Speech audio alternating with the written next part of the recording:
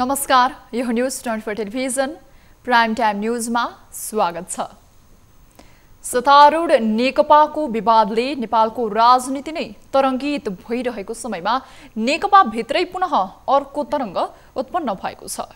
नेकपा भित्रको संकटमा विवादको केन्द्रमा रहँदै आएका नेकपाका प्रवक्ता एवं सचिवालय सदस्य नारायण काजी श्रेष्ठ लेनदेनको कारण चर्चामा छन्। कोरोनाको कारण मृत्युवरण गरेका नेकपाका नेता कमान सिंह लामाले मृत्युपूर्व आफ्नो फेसबुकमा पोस्ट गरेको स्ट्याटस निकै पीडादायी छ। त्यो स्ट्याटसले सबैको ध्यान खिचिरहेको समयमा सार्वजनिक भएको लामा र श्रेष्ठ बीचको अडियो संवादले पुनः अर्को तरङ्ग थपेको छ। नेकपा भित्र बढ्दो विवादमा यो विषयले पक्कै पनि प्रवेश पाउने अनुमान गर्न गाह्रो पर्दैन। हुन त श्रेष्ठले अनुसन्धान गर्न आग्रह गर्दै दोषी देखिए जस्तोसुकै कारबाही भोग्न तयार रहेको उद्घोष गरिसके पनि मसला गर्मी बढाउने नै भएकोले यो विषयले मङ्सिरको चिसोमा नेकपामा पुनः गर्मी बढाउने निश्चित देखिएको छ। अब प्राइम टाइम न्यूजका हेडलाइन्स। आर्थिक लेनदेनको अडियो बाहिरिएसँगै नेकपा प्रवक्ता श्रेष्ठ विवादमा आरोप पुष्टि गर्न दिए चुनौती। सामाजिक सञ्जालमा उठ्यो नैतिकतामाथि प्रश्न।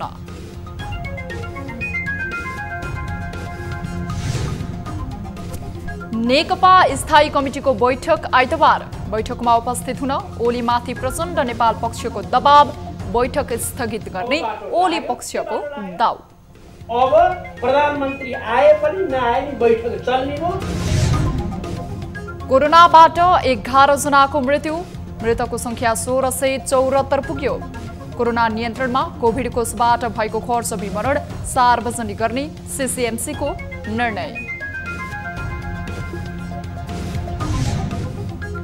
फिफा विश्वकप तथा एएफसी एसियन कप 2023 को छनौट खेल तालिका सार्वजनिक। विश्वकप छनौटको अन्तिम खेल नेपालले जोर्डनसँग खेल्ने।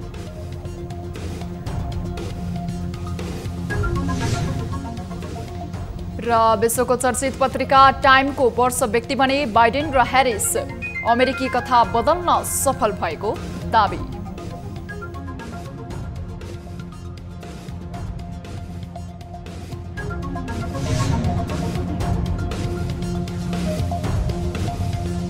हामी निरन्तर न्यूजमा छौं। नेकपाका प्रवक्ता नारायण काजी श्रेष्ठ विवादमा तानिएका छन्। पूर्व राजदूत एवं नेकपाका केन्द्रीय सदस्य कमान सिंह लामाको मृत्युपछि आर्थिक कारोबारसँग जोडिएर श्रेष्ठ विवादमा तानिएका हुन्। लामाको निधन भए लगतै नेता श्रेष्ठले उनीसँग गरेको आर्थिक लेनदेनमा आधारित कुराकानीको अडियो र भिडियो सार्वजनिक भएको छ। सार्वजनिक भिडियोमा लामासँग 2 करोड बढी कारोबारको विषयमा कुराकानी भएको गोप्य भिडियोले श्रेष्ठको नैतिकता आचरणमा नै प्रश्न उठाउन थालिएको छ। एक रिपोर्ट।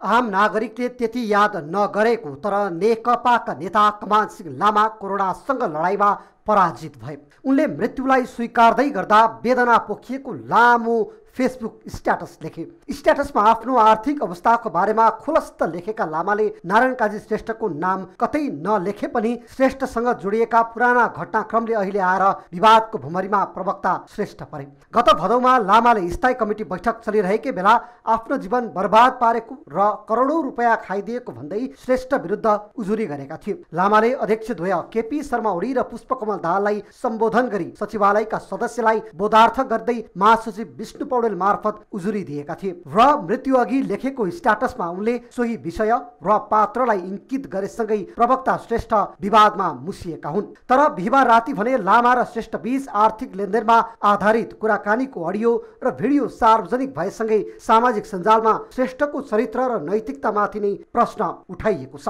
के छ सार्वजनिक भएको अडियो भिडियो सामग्रीमा? बिहिबार बिहान नेकपा केन्द्रीय सदस्य पूर्व सांसद एवं पूर्व राजदूत कमान सिंह लामाको निधन भए लगत्तै नेता श्रेष्ठले उनीसँग गरेको आर्थिक लेनदेनमा आधारित कुराकानीको अडियो र भिडियो सनराइज खबर अनलाइनले सार्वजनिक गर्यो। सार्वजनिक भएको भिडियोमा प्रवक्ता श्रेष्ठले कमान सिंह लामासँग 2 करोड बढी कारोबारको विषयमा कुराकानी गरेको सुन्न सकिन्छ। म चाहिँ ब्याज तिरेर बस्ने त्यो तपाईले अहिले चाहिँ अब यसो गर्नुहोस् अरु लामो कुरा गर्नु त्यो ब्याङ्कमा हामीले तिर्दिने हो भने त 2 करोड 50 लाख मध्ये 2 करोड तिर्यो 50 लाख पो दिन्छौँ त अब हामी भन्छ 50 लाख हैन। प्रवक्ता श्रेष्ठसँग कमान सिंहले उक्त कुराकानीमा 2 करोडको हिसाब खोजेका छन्। 2.5 करोडको शेयर उनलाई दिएको छु है, त्यो कम्पनीको पैसा दिएको हैन है, मैले पैसा ल्याएको छैन।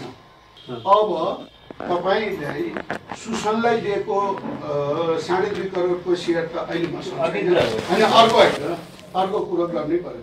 त्यो शेयर त अहिले मसँग छैन नि त, अनि त्यो शेयरको पैसा त मेरो पैसा सुसनको हैन हो त नि है, अनि मेरै पैसा कटाउने। नेता श्रेष्ठले अडियोमा 30 र 70% को कुरा समेत गरेका छन्। कमलजी तपाईले यसरी हेर्दिनु न मेरो भनाइ, अरु केही हैन, 30% र 70% को हैन, पर्सेन्टको भयो हैन, त्यो 70% उले अन्तमा राख्ने गरी काम गर्न दिनुस् न, उसको मिलाउने कुरा उलाई दिनुस् के। उता लामाले भने फसेको आफ्नो पैसा जसरी पनि पाउनु पर्ने अडान लिएका छन्। यसमा नारायण काजीले 2 पक्ष मिलाउने जस्तो गरेर डिल गरेको देखिन्छ। गरिसके भएर पो त्यो प्रोजेक्ट दिया त्यस्तो भएको होइन, खर्च गरे हैन भने उले पैसा दिया हो त 8 लाख तपाईले पछाडी 8 करोड उले मलाई पैसा दिया हो त होइन त नि, हैन 2.5 करोड उले दिया हो त, यही कुरो गर्नु। 2.5 करोड उले पैसा दिएर ल्यायो हो त, ल तपाईले त्यही लाग्छ भने त्यही कुरो गर्नु। 2 करोड तपाईले ब्याङ्कबाट ल्याएको हो त, तपाईले पनि छिनोफानो गरेपछि त्यो सिद्धियो। लामा र प्रवक्ता श्रेष्ठ बीच सुसन कर्मचारीलाई दिएको 2.5 करोडको हिसाब बारे छलफल भएको छ। सुसन नारायण काजीकी सहयोगी हुन्। लामाले पाउनुपर्ने 2 करोड नपाउँदा उपचार अभावमा निधन भएको उनका परिवारका सदस्यले बताएका छन्। घटनाले चरित्रमाथि नै प्रश्न उठाएपछि प्रवक्ता श्रेष्ठले अडियो प्रकरणमा आफू दोषी नरहेको प्रस्ताइसकेका छन्। उनले यो विषयमा अनुसन्धान गर्न चुनौती पनि दिएका छन्। उता नेता श्रेष्ठले मध्यस्थता गरेको भनिएको याम्बालिङ हाइड्रो पावर प्रणालीले विज्ञप्ति सार्वजनिक गर्दै सञ्चार माध्यममा आएका समाचारप्रति गम्भीर ध्यानआकर्षण भएको बताएको छ। ध्यानआकर्षण विज्ञप्तिमा 2057 साल फागुन 24 गते कमान सिंह लामा र उनकी पत्नी इन्द्रमाया तामाङले सञ्चालन गरेको हाइड्रो पावर गम्भीर आर्थिक सङ्कटमा परेपछि सङ्कट समाधानका लागि पटक पटक अनुरोध गर्दा नेता श्रेष्ठले समाधानको प्रयासका लागि छलफल मात्र गरेको उल्लेख गरिएको छ। विज्ञप्तिमा यो विषयमा सत्य तथ्य जानकारी लिन लामाकी पत्नी तामाङसँग सम्पर्क गर्न सकिने समेत उल्लेख गरिएको छ। सार्वजनिक भएको भिडियोमा कुराकानी र अडियो नमिलेको, श्रेष्ठ दोषी हुन् भन्ने ठाउँ नै नरहेको कुरा पनि उठ्न थालेका छन्। तर मुख्य कुरा मृत्यु अघि लामाले लेखेको स्ट्याटस र भदौमा पार्टीमा उनले दिएको उजुरीले नै श्रेष्ठ आर्थिक लेनदेनमा फसेको प्रस्ट्याएको छ। उनले यस विषयमा तर्क वितर्क गर्नुभन्दा पनि छानबिन गर्नमा पार्टीलाई सहयोग गर्नुपर्छ। उहाँका आफन्तहरूको बीचको लेनदेनको र व्यापार झगडा जस्तो देखिन्छ त्यो झट्ट हेर्दा। त्यो झगडामा उहाँ कहाँ त्यो कुरा पुगेको देखिन्छ र उहाँले त्यो झगडाको बारेमा छलफल गरेको सम्म देखिन्छ। तर नेकपाको सरकारले पनि यस विषयमा निष्पक्ष रूपमा छानबिन अगाडि बढाउनु पर्ने देखिन्छ। यद्यपि नारायण काजी सत्तारूढ पार्टीका नेता भएकै नाताले यो घटना दबाइने सम्भावना रहेको भन्दै आम नागरिकमा संशय पैदा भइरहँदा आफूमाथि लागेको आरोपको छानबिन नहुन्जेलसम्म उनले प्रवक्ता बनेर बाँकी काम गर्न नहुने पनि माग उठेको छ। अब हेरौँ पार्टीले के गर्छ। सत्तारूढ दल नेपाल कम्युनिस्ट पार्टी नेकपाका अध्यक्ष द्वै केपी शर्मा ओली र पुष्पकमल दाहालले सचिवालयमा छुट्टा छुट्टै पेश गरेको राजनीतिक प्रस्तावले उत्पन्न विवाद थप गिजोडिएको छ। अध्यक्ष ओलीलाई जसरी भए पनि गलाउने रणनीति दाहाल र माधव नेपाल पक्षको छ भने ओली बैठक नै निरन्तर छल्ने पक्षमा छन्। यसबीचमा पार्टीको निर्णय अध्यक्ष ओलीले मान्नुपर्छ भन्नेको पनि कमी छैन भने अध्यक्ष द्वैबीच पछिल्लो समय भएका छलफल पनि निरर्थक साबित भएका छन्। स्थायी कमिटी बैठक आइतबार पुनः बस्दैछ, तर सहमति जुटेर विवाद समाधान हुने छाँटकाँट भने देखिएको छैन। एक रिपोर्ट। नेकपाको स्थगित गरिएको स्थायी कमिटी बैठक आइतबार बस्दैछ। अध्यक्ष केपी शर्मा ओली र पुष्पकमल दाहालको राजनीतिक प्रस्ताव अध्ययन गर्न दिइएको समय सीमा आइतबार सकिँदा त्यसमाथि छलफल गराउने प्रचण्ड नेपाल पक्षको अडान छ। उता कमिटीको बैठकमा सहभागी नै नजनाउँदै प्रचण्डको प्रस्तावलाई नमान्ने निर्णय गरेका ओली छलफल गर्न नमिल्ने अडानमा छन्। बरु अध्यक्ष द्वयको समान प्रस्ताव ल्याउनु पर्ने ओलीको मागमा प्रचण्ड नेपाल पक्षको खास रुचि छैन। जसरी भए पनि ओलीलाई दबाब दिएर गराउने रणनीतिले विवाद थप गिजोलिएको छ। उता राष्ट्रपति विद्यादेवी भण्डारीले विवाद मिलाउन अध्यक्ष द्वयलाई तारान्तार बोलाएर समाधानका उपाय खोज्न आग्रह गरिरहेकी छन्। आइतबार बस्ने बैठकमा ओलीलाई जसरी पनि सहभागिता गराउने प्रचण्ड माधव समूहको जोड छ। सोही अनुसार अध्यक्ष द्वयबीच पछिल्लो 2 दिन छलफल पनि भए। अध्यक्ष प्रचण्डले बालुवाटारमा संवाद गर्दै बैठकमा उपस्थितिका लागि आग्रह गरेका छन्, तर त्यसमा अध्यक्ष ओलीले कुनै प्रतिक्रिया जनाएका छैनन्। ओली बैठकमा उपस्थित हुनै पर्ने उनीहरूको माग छ। रामबहादुर थापासँग पनि छलफल गरेर पार्टीमा बहुमतको खेल हुन नदिन र एकता जोगाउनका लागि राष्ट्रपति भण्डारीले आग्रह गरे पनि थापाले यसअघि स्थायी कमिटीको बैठकमा प्रस्ताव गरेको कार्यदलको विषयलाई नेपाल समूहले अस्वीकार गरिसकेको छ। त्यति मात्र नभई ओलीले बैठकमा उपस्थित जनाउन किन्तु परन्तु गर्न नहुने नेताहरूले बताउन थालेका छन्। दुईटा अध्यक्षहरूले सहमति गरेर बैठक बस्नुपर्ने, एउटा अध्यक्ष बैठकै बस्न मान्नु। अब बैठकै नबसी कहाँ कुरा गरेर टोडी हेला गर्नु भएन, यहाँ आएर गर्नु भएन। त्यसकारण मेरो भनाइ अब बाटो लाग्यो। तपाईहरु जस्तै पत्रकार साथीहरूले पनि भन्नुभयो, हामीले पनि भन्यौं, अब बाटो लाग्यो। के बाटो लाग्यो? अब प्रधानमन्त्री आए पनि नआए नि बैठक चल्ने भयो, त्यहाँ सैद्धान्तिक कुरा हुने। उता स्थायी कमिटीमा बहुमतको जोडबल हुन थालेको छ। पछिल्लो समय अध्यक्ष ओली र दाहाल नेपाल पक्षका नेताले तल्लो तहसम्म आफ्नो बहुमत भएको दावी गर्न गुटका भेला गर्न थालेका छन्। मदन भण्डारी फाउन्डेसनका नाममा अध्यक्ष ओली प्रदेश 1 कर्णाली लगायत विभिन्न स्थानमा यसअघि नै भेला गरेका थिए। यस्तै दाहाल नेपाल पक्षले पनि विभिन्न स्थानमा आफ्नो समूहलाई प्रशिक्षण दिइरहेका छन्।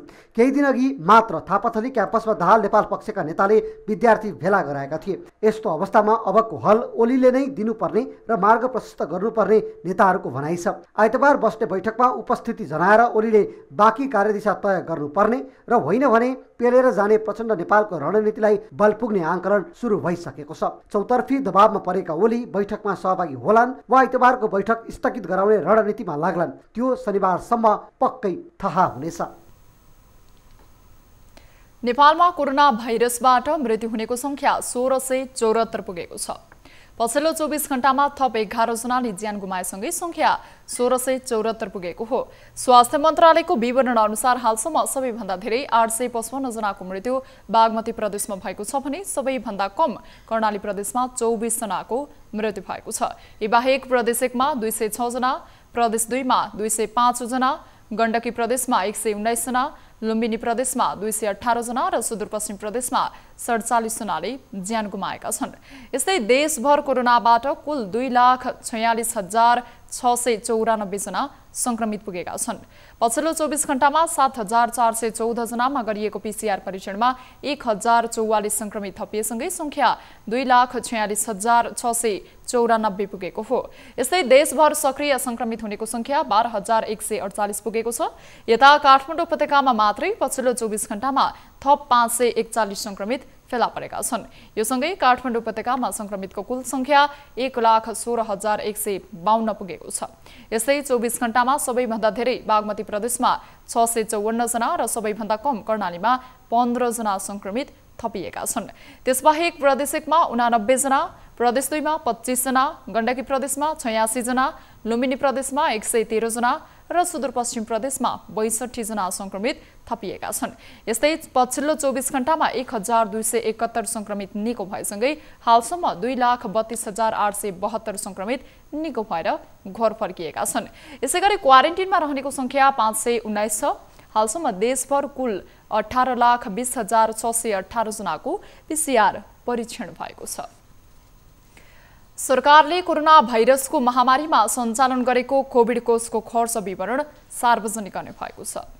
शुक्रबार बसेको कोभिड-19 संकट व्यवस्थापन केन्द्र सीसीएमसी निर्देशक समितिको बैठकले कोभिड कोषको खर्च विवरण सार्वजनिक गर्ने निर्णय गरेको हो। सिंहदरबारमा उपप्रधानमन्त्री ईश्वर पोखरेलको संयोजकत्वमा बसेको बैठकमा हालसम्मको विवरण सार्वजनिक गर्दै पारदर्शिता देखाउने जनाइएको छ। यस्तै बैठकले कोरोना खोप ल्याउने सम्बन्धमा भइरहेको प्रगतिका बारेमा समेत छलफल गरेको थियो।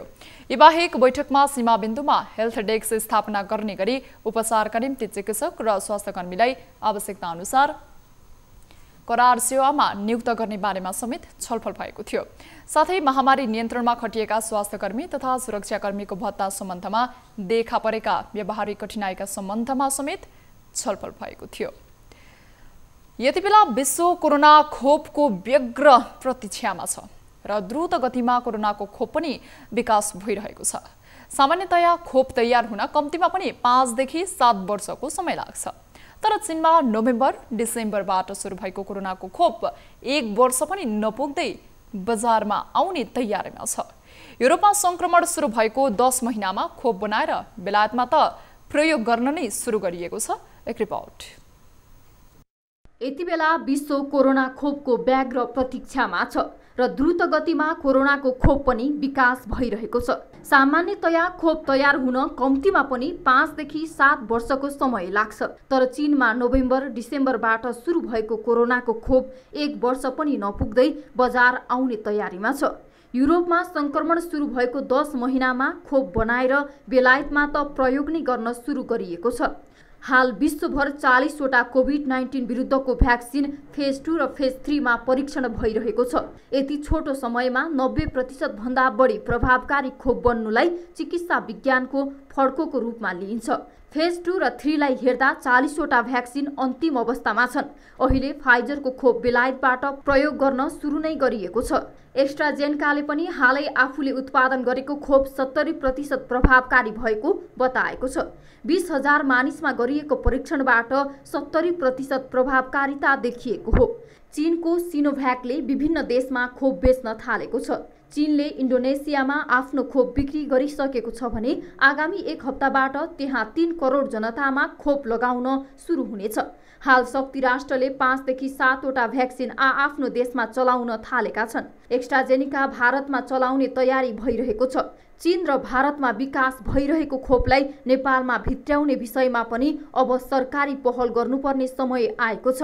हालसम्म 20 देखि 30,000 मानिसमा गरिएको परीक्षणले भने विश्वमा कोभिडको युग अन्त्य हुन लागेको देखाउँछ। नेपालका लागि कुन खोप उपयुक्त? हाल प्रयोगमा आएको फाइजर र मोडर्नाको खोप निकै महँगो छ। 2 डोज दिनुपर्ने भएकाले यसको नेपाली मूल्य करिब 10,000 पर्न जान्छ। हाम्रो जस्तो देशमा यो निकै खर्चिलो हो। नेपालमा यसको काम नहुनुका पछाडि खोपको सही भण्डारण पनि हो। हाल बेलायतले प्रयोगमा ल्याएको फाइजरको खोप -70 डिग्री सेन्टिग्रेडमा राख्नुपर्छ। प्रभावकारिता 92% भए पनि फाइजरको खोप नेपालमा भण्डारण गर्न यसलाई कोल्ड चेन मेन्टेन गरेर राख्ने व्यवस्था छैन। देशमा -70 डिग्रीको खोप भण्डारण गर्ने क्षमता छैन। नेपालमा एउटा कोल्ड चेनको 20 लाख रुपैयाँ पर्न जान्छ। 3 करोड जनताका लागि पुग्ने खोप ल्याउँदा -70 डिग्रीको खोप भण्डारणका लागि 100 फ्रिजर आवश्यक पर्छ। त्यसैले फाइजर नेपालका लागि उपयुक्त नहुने देखिन्छ। नेपालमा खोप आए सबैभन्दा पहिला कसलाई लगाउने? नेपालमा हालसम्म 13% नागरिक संक्रमित भएका छन्। उनीहरूको शरीरमा एन्टिबडी विकास भएको चिकित्सकहरूको भनाइ छ। एकपटक कोरोना लागेको व्यक्तिलाई दोस्रो पटक संक्रमण हुने सम्भावना न्यून हुने विश्वको तथ्याङ्कले देखाएको छ। कोरोना संक्रमण भइसकेको समूहमा तत्काल खोप लगाउन आवश्यक छैन। हालसम्म सबैभन्दा बढी 60 वर्ष माथिका मानिसहरूको मृत्यु भएको छ भने 15 वर्ष मुनिका बालबालिकाहरूको न्यून मात्रामा मृत्यु भएको पाइन्छ। त्यसैले नेपालमा खोप भित्रना साथ प्राथमिकता वृद्ध स्वास्थ्यकर्मी, सरसफाई कर्मचारी, कोभिडको जोखिममा खटिएका सुरक्षाकर्मी तथा दीर्घ रोगीलाई प्राथमिकता दिनुपर्ने देखिन्छ। बलात्कार घटना लुकाउन मिलापत्र गराएको आरोपमा मोरङ प्रहरीले 6 जनालाई पक्राउ गरेको छ। पीडित पक्षलाई 5 लाख रुपैयाँ दिई मिल्न दबाब दिएका 6 जनालाई प्रहरीले मिलापत्रको कागज सहित घरबाटै नियन्त्रणमा लिएको हो। पक्राउ पर्नेमा धनपाल थान गाउँपालिका 5 का 65 वर्षीय धनेशु खवास, 53 वर्षीय सुधार सिंह खवास, 62 वर्षीय मागन खवास, 62 वर्षीय कल्कनु खवास, रङ्गेली नगरपालिका 1 का 67 वर्षीय जगतनारायण खवास र बेलबारी नगरपालिका 8 का 53 वर्षीय मथालो खवास छन्। मोरङ प्रहरीका डीएसपी मानबहादुर राईका अनुसार भदौ 24 गते धनपाल थान 5 स्थित आफ्नो खेतमा मल छर्ने क्रममा 32 वर्षीय सुरेश कुमार खवासले 21 वर्षीय युवतीलाई बलात्कार गरेका थिए। सुरेश कुमार बेलबारी नगरपालिका 8 का बासिन्दा हुन्। उनले आफन्तको घरमा बसेकी ती युवतीलाई मल छर्ने काममा सघाइदिन भन्दै फकाएर लगेको र एक्लै भएको मौकामा नहर छेउमा लगेर बलात्कार गरेको प्रहरीले जनाएको छ। आफन्तसँगको सल्लाहपछि युवतीले घटनाको 1 महिनापछि 25 असोजमा रङ्गेली स्थित इलाका प्रहरी कार्यालयमा जाहेरी दिएकी थिइन्। न्युजहरू अझै बाँकी नै छन्, अहिलेलाई ब्रेक।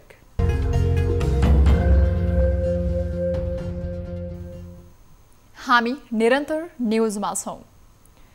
देश विकासको पहरेदार मानिने निर्माण कम्पनी नै विकास निर्माणमा बाधक बनेपछि कसको के लाग्छ? प्रधानमन्त्री केपी शर्मा ओलीले गरेका कैयौं राष्ट्रिय आयोजना शिलान्यास ठेकेदार कम्पनीले अलपत्र पारेका छन्। तर आफैले शिलान्यास गरेका कैयौं आयोजना ठेकेदार कम्पनीले अलपत्र पारे पनि प्रधानमन्त्री ओलीको चासो गएको देखिँदैन। यस्तै एउटा उदाहरण हो रूपन्देहीको पूर्व पश्चिम राजमार्ग अन्तर्गतको बुटवल नारायणगढ सडक खण्ड, जो सडक खण्ड 2075बाट सुरु भई 2079मा सम्पन्न हुने गरी प्रधानमन्त्री ओलीले शिलान्यास गरेका थिए। तर प्रधानमन्त्रीले नै शिलान्यास गरेको 3 वर्ष पुग्न लाग्दा पनि सडक निर्माणको काम भने 5% मात्र बनेको छ। एक रिपोर्ट। देश निर्माणको जिम्मेवारी बोकेका ठेकेदार कम्पनीले नै यो देशलाई बर्बाद पारिरहेका छन् भन्दा फरक नपर्ला। किनकि 2 वर्षमा आयोजना सम्पन्न गर्छु भन्दै आयोजनामा सम्झौता गर्ने ठेकेदार कम्पनीले 2 वर्षमा सम्पन्न हुनुपर्ने आयोजना 10 वर्ष लगाएपछि यदि त आम नागरिकले ढुक्कले भन्न पाए। यस्तै प्रधानमन्त्री केपी शर्मा ओलीले नै शिलान्यास गरेको कैयौं राष्ट्रिय आयोजनाहरू अलपत्र परेका छन्। आयोजनामा काम गर्ने सयौं मजदुरहरूले आफूले काम गरेको ज्याला समेत नपाएको गुनासो कल 24ले सम्बोधन गर्दै आएको छ। 2075 पुसमा ठेका सम्झौता भएर चैत 8 गते प्रधानमन्त्री केपी शर्मा ओलीले 2079 सालमा सक्ने गरी बुटोलमा सडक विस्तारको शिलान्यास गरेका थिए। तर हालसम्म पनि जम्मा 5% मात्रै काम सम्पन्न भएको छ। एसियाली विकास बैंकको सहयोगमा विस्तार गर्न लागेको सडकको लागत 16 अर्ब 79 करोड 52 लाख रुपैयाँ छ। दाउन्ने खण्डको लागत 9 अर्ब 13 करोड 18 लाख 95 हजार र दाउन्ने बुटोल सडक खण्डको लागत 7 अर्ब 86 करोड 34 लाख रुपैयाँ छ। दाउन्ने बुटोल क्षेत्रका मजदुरहरू भने आफूले काम गरेको ज्याला समेत नभएको भन्दै आन्दोलित भएका छन्। उनीहरूले आफूले पाउनुपर्ने सेवा सुविधादेखि विभिन्न माग राख्दै आन्दोलन गरिरहेका छन् भने अर्कोतर्फ स्थानीय उपभोक्ता पनि आन्दोलनमा छन्। सडकको अवस्था दिन प्रतिदिन बिग्रिँदै गएपछि दुर्घटनाका घटनाहरू बढेका छन्। दुःखको साथ हिँड्नु परेको छ। धुलो बेपत्ता उडिरहेको छ अनि बाटो खराब हुनाले गाडी एक्सिडेन्ट धेरै भइरहेको छ। बुझ्दिने कसले हो? पहिला यसको होइन, अब यो सडकले बुझ्ने हो कि ठेकेदार पक्षले बुझ्ने हो कि स्थानीय तहमा स्थानीय सरकारले बुझ्ने हो कि अब यो सधैँ यो मानिस न यात्रुहरूलाई त साह्रै गाह्रो छ नि त। मजदुरले न्यूनतम तलब सुविधा भुक्तानी लगायतका माग राखेर 1 हप्तादेखि सडक निर्माणको काम ठप्प पारेका छन्। मजदुरको दैनिकी ज्याला बापतको रकम भुक्तानी दिने, बिमाको व्यवस्था गर्ने, 8 घण्टा भन्दा बढी समय र शनिबार काम गरे बापत 1.5 गुणा बढीको दरले भुक्तानी दिने, दुर्घटना बिमा ठेकेदार कम्पनीले गर्ने लगायत मागहरू राख्दै 120 जना मजदुरहरू आन्दोलित भएका हुन्। मैले यहाँ आजभन्दा 1 वर्ष अगाडि काम गरेको थिएँ। त्यति बेला चाहिँ नि यहाँ सबै मजदुरहरूलाई धेरै समस्या परेको थियो। खानेपानी लगायत तपाईँको चाहिँ नि जस्तै कि स्यालेरी भयो, अनि त्यसपछि इन्सुरेन्स भन्ने भएन, अनि त्यसमा धेरै कुराहरू पीडादायी तरिकाले थोरैजनाले धेरै काम गर्नुपर्ने र धेरै भइसकेपछि पनि के त भन्दाखेरि काममा चाहिँ नि आफ्नो सुपरभाइजरहरूले पनि कामदारको समस्या भन्दा पनि समस्या थप्ने कामहरू गरे होइन। भर्ना गर्दा त केही भन्दैन हामीलाई, ड्युटीमा गरिन्छ, ड्युटी गरिरहेछौँ, गर्नेछौँ। तर कुनै पनि सानोतिनो गल्तीमा या कुनै अब आज काम पर्यो, आज छुट्टी गरियो, भोलि आउने क्रममा चाहिँ भोलि के भन्छन् चाहिनेले त भोलिदेखि ड्युटी नआइछ। त्यो आफ्नो मनमर्जी चलिरहेछ। यहाँ आफ्नो मनमर्जीले चल्दाखेरि हामी त 2 वर्ष भइसक्यो काम गरेको यो कम्पनीमा, अब अचानक आएर हामीलाई जा भन्दा त हामीले अन्त गरेर काम पाइन्न।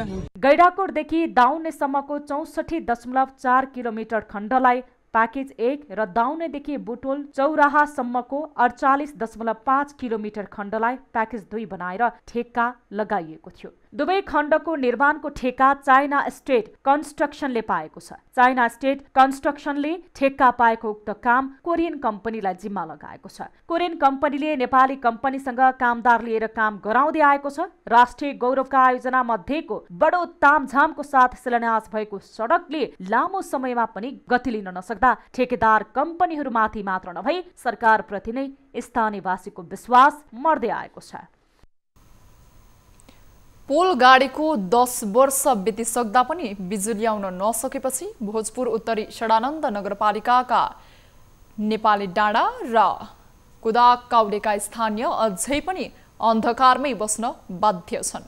ठेकेदारको लापरवाहीले विद्युत विस्तारको काम अलपत्र बनेपछि गाउँवासी वैकल्पिक ऊर्जाको सहारामा रात कटाइरहेका छन्।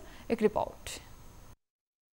भोजपुरको सडानन्द नगरपालिका वडा नम्बर 1 नेपाली डाँडा र वडा नम्बर 2 कुदागे काउलेमा लामो समयदेखि बिजुली विस्तार हुन सकेको छैन। 2067 सालमा केन्द्रीय प्रसारणको लाइन तान्ने ठेक्का पाएका तत्कालीन ठेकेदार किशोर शेर्पाले विद्युतीकरण अलपत्र पारेर सम्पर्क विहीन बनेपछि नेपाली डाँडा र कुदाग काउलेका करिब 1300 घरधुरीले अझै अन्धकारमै रात कटाइरहेका छन्।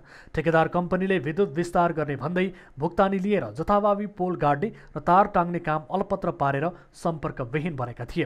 ठेकेदारको लापरवाहीले गाउँमा बिजुली नबलेपछि गाउँवासी अझै अन्धकारमै रात काट्न बाध्य छन्। यो पोल गाडिएको ती पोलहरू कहाँ पुगे के भयो कि अब अहिले भनौँ यो बाल्ने भनेर भनिरहेछ। एक त म नगरको पनि अलिकति कमजोरी देख्छु र हाम्रो वार्ड प्रतिनिधिको पनि सबभन्दा ठुलो कमजोरी देखिएको छ। तत्कालीन केन्द्रीय प्रसारणको विद्युत विस्तारको ठेक्का लिएका ठेकेदार शेर्पाले 2070 सालभित्र बिजुलीको काम सम्पन्न गर्ने सम्झौता गरे पनि उनीहरू भुक्तानी बुझेर सम्पर्क विहीन भएका थिए। विद्युत विस्तार गर्न धेरै क्षेत्रफल र घरधुरी पनि धेरै भएकाले वडाको बजेटले नधान्ने भए पनि नगरपालिका, प्रदेश सरकार, संघीय सरकार साथै विद्युत प्राधिकरणसँग पनि विद्युत विस्तारका लागि पहल गरिरहेका छन्। 590 वटा पोल मेन लाइन शाखा लाइनको 150 वटा पोल मेन लाइनको 4टा ट्रान्सफर्मर 2टा 100 को माग गरेको छु मैले र 2टा 50 को र त्यसमा चाहिँ तार सम्पूर्ण मसिनो सामानहरू भएदेखि लगभग बत्ती बल्न धेरै समय लाग्दैन, तर प्रदेश केन्द्रले पहल गर्दैमा धेरै समय लाग्ने छैन। विगतमा ठेक्का लागेका कम्पनीले काम नगरेपछि हाल ठेकेदार कम्पनीसँगको सम्झौता रद्द गरिएको प्राधिकरणले जनाएको छ। नेपाल सरकारको नीति अनुसार 4 वर्षभित्रमा विद्युत विस्तार गरिसक्नुपर्ने भए पनि प्राधिकरणले उक्त क्षेत्रमा छिट्टै विद्युत विस्तार गर्न तयार रहेको नेपाल विद्युत प्राधिकरण भोजपुर वितरण केन्द्रले जनाएको छ। गत आवाबाट चाहिँ हामीले त्यो अलपत्र रहेको ठेक्कालाई हामीले चाहिँ हाम्रो उच्च व्यवस्थापनसँग पनि कुरा गरेर त्यो ठेक्का प्रक्रिया अन्त्यको प्रोसेसलाई अगाडि बढाएर हामीले त्यहाँको काम सुरु गरिसकेका छौँ। त्यतिखेर ठेकेदारले 1 नम्बर वडामा 141 वटा, 2 नम्बर वडामा चाहिँ 126 वटा पोल गाडेर चाहिँ अलपत्र छोडेको ठाउँमा हामीले गत आवाबाट तार तान्ने प्रक्रिया सुरु गरिसकेका छौँ। ती पोलहरूमा तार तान्ने काम सकिसकेको छ। अब हाम्रो लगत्तै लाइन चार्ज हुँदैछ त्यहाँनिर त्यो एरियाहरूमा र अब यो वर्षदेखिको बजेटबाट त्यहाँको चाहिँ विद्युतीकरणको काम चाहिँ कन्टिन्यू अगाडि बढ्ने नै छ। नगरपालिका र ओडाले गत 2075 जेठमा 20 लाख बराबरको बजेटबाट 59 एम्पियरको 4 वटा ट्रान्समिटर, 100 शाखा पोल र 5000 मिटर तार खरिद गरेको थियो, जसमा प्राधिकरणले उक्त वडामा 25 एम्पियरको 2 वटा ट्रान्समिटर राखिदिएको छ। कोरोना भाइरसको महामारीका कारण यस वर्ष विवाह पञ्चमी महोत्सवमा भारतबाट जन्ती नआउने भएको छ। परापूर्व कालदेखि चलिआएको विवाह पञ्चमीमा यस वर्ष महामारीका कारण भारतबाट जन्ती नआउने भएको हो। प्रत्येक वर्ष विवाह पञ्चमीको 2 साता अघिदेखि नै चहल पहल सुरु हुनेमा यस वर्ष विवाह पञ्चमी आउन 1 साता बाँकी रहँदा समेत कुनै रौनक देखिएको छैन। यसपटक विवाह पञ्चमी पुस 4 गते शनिबार परेको छ। वर्षौंदेखि चल्दै आएको परम्परालाई यस वर्ष सीमित रूपमा मनाइने जनकपुर स्थित जानकी मन्दिरका महन्त रामतपेश्वर दास वैष्णवले बताउनुभयो। मङ्सिर 29 गते जनकपुर धाम नगर दर्शन, 30 गते फुलबारी लीला, पुस 1 गते धनुष यज्ञ, पुस 2 गते तिलकोत्सव, 3 गते मटकोर, 4 गते शुभ विवाह र 5 गते रामकलेवा विधि गरिनेछ। बोर्डर चाहिँ बन्द छ। अयोध्याबाट आउने जयन्ती जुन थियो त्यसको कार्यक्रम यसपालि छैन। अब यही हामी राम मन्दिरबाट जयन्ती आउँछ, जानकी मन्दिरले रिसिभ गर्छ र सूक्ष्म रूपमा मनाउने चाहिँ एउटा सामाजिक रूपमा र प्रशासनिक रूपमा निर्णय भएको छ। विधि सबै हुन्छ, नगर दर्शन, अब फुलबारी लीला, धनुष यज्ञ, तिलक, मटकोर, विवाह, रामकलेवा विधि सप्तदिवसीय सबै हुन्छ। प्रचार प्रसार नगरिए पनि विवाह पञ्चमीमा लाखौं श्रद्धालु जमघट हुने र कोरोना भाइरसको पनि जोखिम हुने भएकोले यस वर्ष सामान्य र परम्परालाई निरन्तरता मात्र दिन लागि हो। भगवान राम र सीताको विवाह भएको स्मरणमा प्रत्येक वर्ष विवाह पञ्चमी मनाउने गरिन्छ। नेपाल एकीकरणका बेला बडाकाजी अमरसिंह थापाले डोटेली राज्यको डडेलधुरालाई आधार क्षेत्र बनाई कुमाऊ गढवालसम्म युद्ध लडेको इतिहास छ। युद्ध लड्दा सैन्य बलसँग जोडिएर डडेलधुरा पुगेका अहिलेका रैथानेहरूले आफ्नो दिवंगत पितृहरूको मोक्षको कामनाका लागि विशेष पूजा गर्ने प्रचलन छ। सोही चलन अनुसार यस वर्ष पनि सुदूरपश्चिमको प्रसिद्ध उग्रतारा मेलापछि डाँडामा पूजा गरी स्थानीयले पितृमोक्षको कामना गरेका छन्। एक रिपोर्ट। सुदूरपश्चिम स्थित डडेलधुरा जिल्लाको छुट्टै राजनैतिक र ऐतिहासिक महत्व छ। नेपाल एकीकरणका बेला बडाकाजी अमरसिंह थापाले डोटेली राज्यको डडेलधुरालाई आधार क्षेत्र बनाई कुमाऊ गढवालसम्म युद्ध लडेका कारण पनि यो जिल्ला चर्चामा आउने गर्छ। यति मात्र नभई विभिन्न धार्मिक परम्पराका कारण पनि डडेलधुरालाई सुप्रसिद्ध जिल्लाका रूपमा लिइन्छ। इतिहासमा उल्लेख गरिए अनुसार बडाकाजी अमरसिंह थापाले युद्ध लड्दा सैन्य बलसँग जोडिएर डडेलधुरा पुगेकाहरूले पितृको मोक्षका लागि गर्ने विशेष पूजा पनि एक महत्त्वपूर्ण धार्मिक परम्पराको रूपमा जोडिएको छ। वर्षौंदेखि चलिआएको यो परम्परामा सैन्य बलसँग जोडिएर पुगेका जैरू परिवारहरूले आफ्ना दिवंगत पितृहरूको सम्झनामा विशेष पूजाआजा गर्छन्। स्थानीयका अनुसार आफ्ना दिवंगत पितृको स्मरणमा गरिने पूजापछि वनभोज समेत गरिन्छ। अमरसिंह थापाको पालामा जब डडेलधुरामा पश्चिम राज्यहरू विजय गर्दै आए, त्यसैसँगै यो जैरू परिवार सैन्य बलसँग जोडेर आएर यहाँ बसेको हो र अहिले जैरू परिवारहरू विभिन्न ठाउँमा छन्। हामी चाहिँ दुरा डाँडा लमजुङबाट यहाँ आएको हामी हौ र यो जैरू परिवारहरू विदेशमा भए पनि, झापा भए पनि, काठमाडौँ भए पनि, जहाँ भए पनि आफ्नो थलोमा आएर संयुक्त रूपमा चाहिँ यसरी पितृपूजा गर्नुपर्छ भन्ने मान्यता। यो परम्परा अनुसार यसरी महिलाहरू डोको बोकेर लावा लस्कर सहित घरबाट निस्कन्छन्। उनीहरूको डोकोमा पूजाआजाका सामग्री सहित कुखुरा समेत हुने गर्दछ र उनीहरू सदरमुकाम नजिकै रहेको मन्दिरमा पुगेर पितृको मोक्षको कामना गर्दछन्। यहाँ धामी झाँक्री नाच्ने र बलि दिने चलन समेत छ। आफ्ना दिवंगत पितृको मोक्षको प्रार्थना गर्नाले जीवनभर गरिएको पापलाई तार्ने विश्वास रहिआएको छ। यही अमरगढी किल्ला, जसलाई हामी अमरगढी किल्ला भन्ने गरेका छौं, त्यो अमरगढी किल्लामा अमरगढीको सम्मान स्वरूप र हाम्रा पिताहरू जुन अमरसिंह थापासँग यहाँ युद्ध लड्न आएका थिए, तिनीहरूको पनि सम्मान स्वरूप यो पूजालाई हामी निरन्तरता दिइराखेका छौं र भावी पुस्तामा पनि हामी यसलाई निरन्तरता दिइरहनेछौं। यो डडेलधुराका स्थानीयले मनाउँदै आएको एक महत्त्वपूर्ण परम्परा हो। यसलाई स्थानीय भाषामा डाँडाको पूजा समेत भन्ने गरिन्छ, जुन परम्परा बडाकाजी अमरसिंह थापाको इतिहाससँग जोडिएको छ। बडाकाजी अमरसिंह थापाले देशका लागि विभिन्न जिल्लाका किल्ला, गढ आदि स्थानमा शत्रुलाई रोक्ने काम गरे। त्यस्तै डडेलधुरामा पनि अमरगढी किल्ला निर्माण गरी सोही किल्लाबाट शत्रुलाई रोक्ने काम गरेको इतिहास छ। अब बिजनेस न्यूज।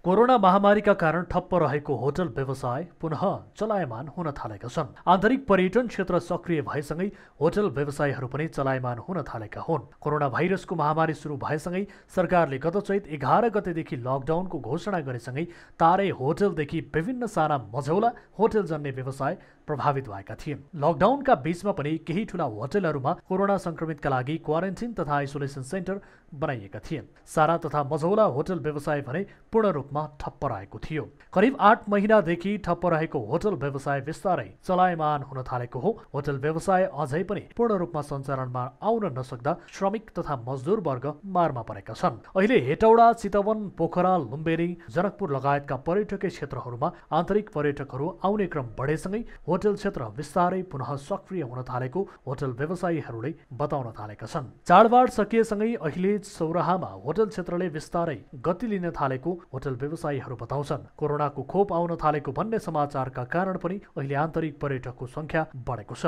तर ठूला लगानीका तारे होटल भने पूर्ण रूपमा सञ्चालनमा नआएको र विदेशी पर्यटकहरू नेपालमा नआएसम्म ठूला होटलहरू अप्ठ्यारोमा परिरहने होटल सञ्चालकहरूको भनाइ छ। होटल त हेर्नुहोस्, अब सञ्चालनमा नआइकन त अब स्टाफको पनि अब होटलमा जम्मै व्हाइट कलर स्टाफहरू हुन्छन् होइन, स्टाफको स्यालेरी पनि अरू उद्योगहरूभन्दा होटलमा बढी नै हुन्छ। त जबसम्म चाहिँ नि होटल सञ्चालनमा पूर्ण रूपमा नभए पनि आदि पनि सञ्चालनमा आयो भने पनि एउटा कम्प्रोमाइज गरेर चाहिँ नि होटल चल्न सक्छ। अब अहिले त चाहिँ नि मेरो होटलमा 10-12वटा कोठा लागेको छ, 2% अकुपेन्सी होला, 4% अकुपेन्सी होला, त्यसकारण चाहिँ नि यो चलनमा नै गर्नुपर्छ। पछिल्ला दिनमा कोरोना महामारीकै बीच पनि सुरक्षाका उपाय पालना गरेर होटल चलाउनु पर्छ भन्ने मानसिकताको विकास भएको होटल व्यवसायीहरू बताउँछन्। होटल व्यवसाय त अहिले सबैभन्दा चाहिँ नि यो कोभिडले अरू धेरै उद्योग व्यापारहरू त अलि बिस्तारै पिक गरे। पर्यटन त अहिलेसम्म चाहिँ नि शिथिलै छ, कुनै पनि प्रकारको चाहिँ नि यसमा केही पनि चलायमान भएको छैन। सरकारले कोभिडको मारमा परेको पर्यटन क्षेत्रका लागि प्रभावकारी कदम चाल्न सकेन भने नेपालको पर्यटन क्षेत्रका व्यवसायी र श्रमिक मजदुरलाई दूरगामी असर पर्ने देखिन्छ। न्युजहरू अझै बाँकी नै छन्, अहिलेलाई ब्रेक।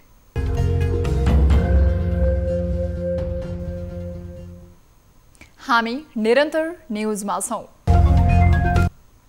अब स्पोर्ट्स न्युज।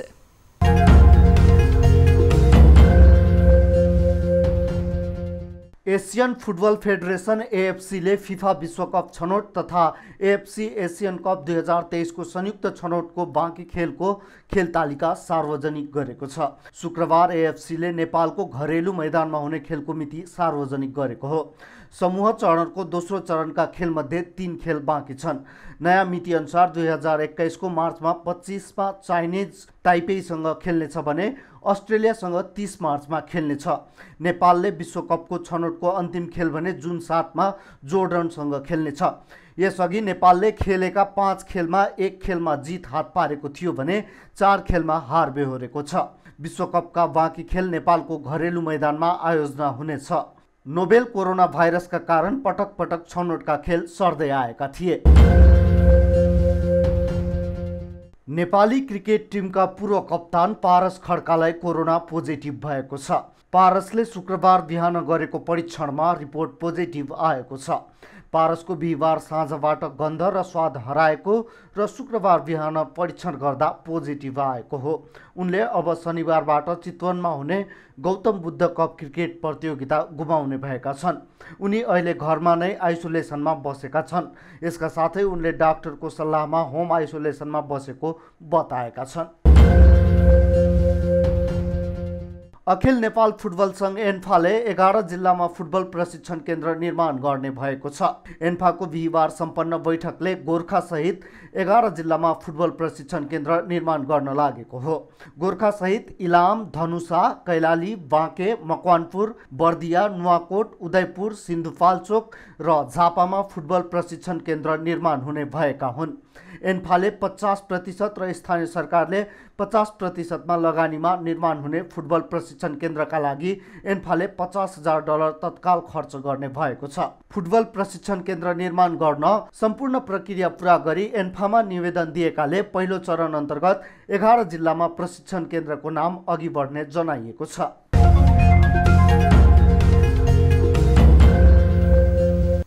अब विद्या बस्नेतका साथमा फटाफट न्युज।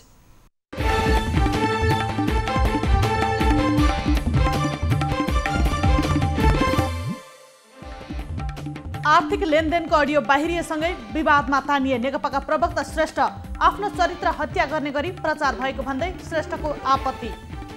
भारतीय जनता पार्टीका नेता विजय चौथाइवा राजनीतिक भेटवार्तामा व्यस्त। परराष्ट्र मन्त्रीसँग भेटघाट, दुई देशबीचको सम्बन्धका बारेमा छलफल। विपन्न वर्गका कोरोना संक्रमितको उपचार खर्च सरकारले बेहोर्ने निर्णय। सरकारी अस्पतालमा नै झन्झटिलो बन्दै संक्रमितहरू ऋण खोजेर उपचार गराउन बाध्य। प्रहरी अतिरिक्त महानिरीक्षकमा विश्वराज पोखरेललाई बढुवा गर्ने सरकारको निर्णय। महानिरीक्षक बन्ने बाटो खुल्यो। कोरोना नियन्त्रणमा कोभिड कोषबाट भएको खर्च विवरण सार्वजनिक गर्ने सीसीएमसीको निर्णय। खोप ल्याउने तयारी बारे छलफल। कोरोनाबाट थप 11 जनाको मृत्यु। मृतक संख्या 1674 पुग्यो। 7400 को पीसीआर गर्दा 1000 बिरामी थपिए। हप्तामा 2 दिन सार्वजनिक बिदा दिने अध्ययन समितिको सिफारिस। 6 दिनको अवधिमा सातामा 40 घण्टा काम गर्नुपर्ने अहिलेको प्रावधान भन्दा 5 दिनको काम गरेर सातामा 40 घण्टा कार्यावधि पूरा गर्दा कम खर्चिलो हुने समितिको तर्क। सरकारले अकर्मण्यता विरुद्ध सडकमा ओर्लन लागेको प्रमुख प्रतिपक्ष नेपाली कांग्रेसले सबै तयारी पूरा गर्यो। सरकार विरुद्ध 29 गतेको सडक प्रदर्शनमा कांग्रेस नेताहरू देशैभर पुग्ने। यस वर्षको विवाह पञ्चमी महोत्सवमा जनकपुरमा भारतबाट जन्ती नआउने। कोरोना भाइरसको कहरका बीच यस वर्ष विवाह पञ्चमीमा विधि मात्रै पुर्याइने। नवलपुर स्थित दुम्की बासको अवस्था सामान्य बन्दै पूर्व पश्चिम राजमार्ग खुल्यो। मृतकको परिवारलाई क्षतिपूर्ति दिनुपर्ने स्थानीयको माग। मोरङको मिक्लाजुङमा शिक्षकको हत्यापछि बल्ल जाग्यो सुरक्षा संयन्त्र। वार्तामा आउन कांग्रेसको अपिल। हत्यामा संलग्नलाई कारबाही गर्न परिवारको माग। कञ्चनपुरमा ठेकेदार हराएको भन्दै चोकचोकमा फोटो सार्वजनिक। बेलौरीदेखि बेलडाडीसम्मको 20 किलोमिटर सडकमा हालसम्म 4 किलोमिटर पनि काम नभएको स्थानीयको आरोप। चितवनको जलबिरेमा बोलेरो जीप दुर्घटना, 2 को मृत्यु, 11 जना घाइते। मृत्यु हुनेमा बोलेरो चालक 30 वर्षीय निर्मल गुरुङ र 50 वर्षीय खिमा कुमारी गुरुङ। मोरङको धनपालथान गाउँपालिकाबाट बलात्कारको घटना मिलापत्र गराएको आरोपमा 6 जना पक्राउ। 5 लाखमा घटना मिलाउन खोजेको आरोप। स्वास्थ्य सामग्री खरिद प्रक्रिया प्रकरण आगामी बैठकमा लेखा समितिले स्वास्थ्य मन्त्रीलाई छलफल गर्न बोलाउने। जाजरकोटको बारेकोट गाउँपालिकाको सकला रानीचौरमा कस्तुरी प्रजनन केन्द्र स्थापना। अब व्यवसायी कस्तुरी पालन गर्न पाइने। सादा पोसाकका प्रहरीलाई गैंडाको खाग बेच्न खोज्ने 5 जना पक्राउ। 12 लाखमा किनबेच गर्ने सहमति। एन्फाले 11 जिल्लामा फुटबल प्रशिक्षण केन्द्र निर्माण गर्ने। एन्फा र स्थानीय सरकारले 50% लगानी गर्ने। विश्वमा कोरोना संक्रमितको संख्या 7 करोड नाग्यो। मृतक संख्या 16 लाख नजिक। अमेरिका सबैभन्दा बढी प्रभावित। डिसेम्बर 13 मा पाकिस्तानको लाहोरमा विशाल जुलुस निकाल्ने तयारी। विपक्षीहरूलाई प्रदर्शन नगर्न पाकिस्तानी प्रधानमन्त्री इमरान खानको आग्रह। विश्वको चर्चित पत्रिका टाइमको वर्ष व्यक्ति बने बाइडेन र ह्यारिस। अमेरिकी कथा बदल्न सफल भएको दाबी। सन् 2030 सम्ममा हरितगृह ग्यास उत्सर्जन 55% कटौती गर्न युरोपेली युनियन सहमत। युनियनमा हाल 27 मुलुक आबद्ध। ब्रिटिस र सिङ्गापुर भर्तीका निम्ति अन्तिम प्रतिस्पर्धामा 770 नेपाली युवा बोलाइयो। ब्रिटिसमा 340 र सिङ्गापुरमा 140 जना मात्रै लैजाने। र जापानमा कोरोना भाइरस संक्रमणको तेस्रो लहर सुरु। पछिल्लो 24 घण्टामा 2733 जनामा संक्रमण पुष्टि।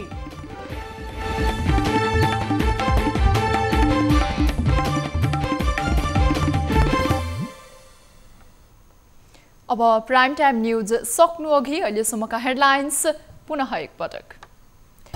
आर्थिक लेनदेनको अडियो बाहिरिएसँगै नेकपा प्रवक्ता श्रेष्ठ विवादमा आरोप पुष्टि गर्न दिए चुनौती।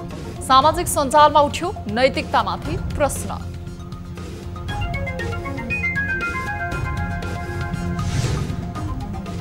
नेकपा स्थायी कमिटीको बैठक आइतबार। बैठकमा उपस्थित हुन ओलीमाथि प्रचण्ड नेपाल पक्षको दबाव। बैठक स्थगित गर्ने ओली पक्षको दाउ। अब प्रधानमन्त्री आए पनि नआए नि बैठक चल्ने हो। कोरोनाबाट 11 जनाको मृत्यु। मृतकको संख्या 1674 पुग्यो। कोरोना नियन्त्रणमा कोभिड कोषबाट भएको खर्च विवरण सार्वजनिक गर्ने सीसीएमसीको निर्णय।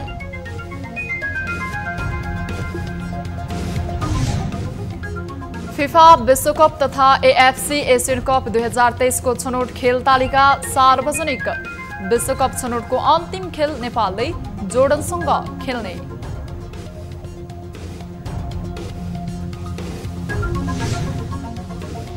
र विश्वको चर्चित पत्रिका टाइमको वर्ष व्यक्ति बने बाइडेन र ह्यारिस। अमेरिकी कथा बदल्न सफल भएको दावी।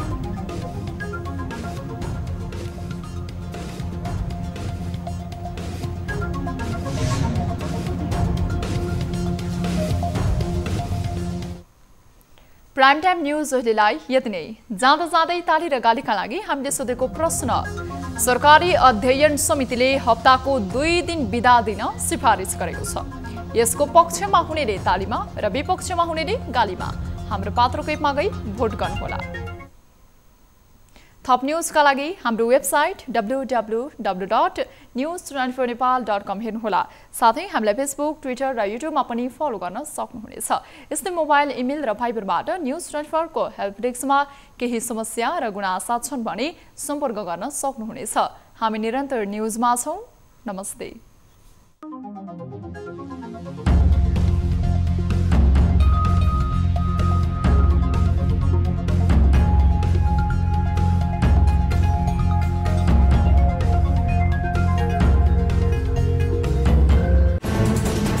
कोरोनाले सृजना गरेको सङ्कटमा पल पलका न्युज अपडेट र हर क्षेत्रको कभरेजका लागि न्युज 24 नेपाल युट्युब च्यानललाई सब्स्क्राइब गर्नुहोला।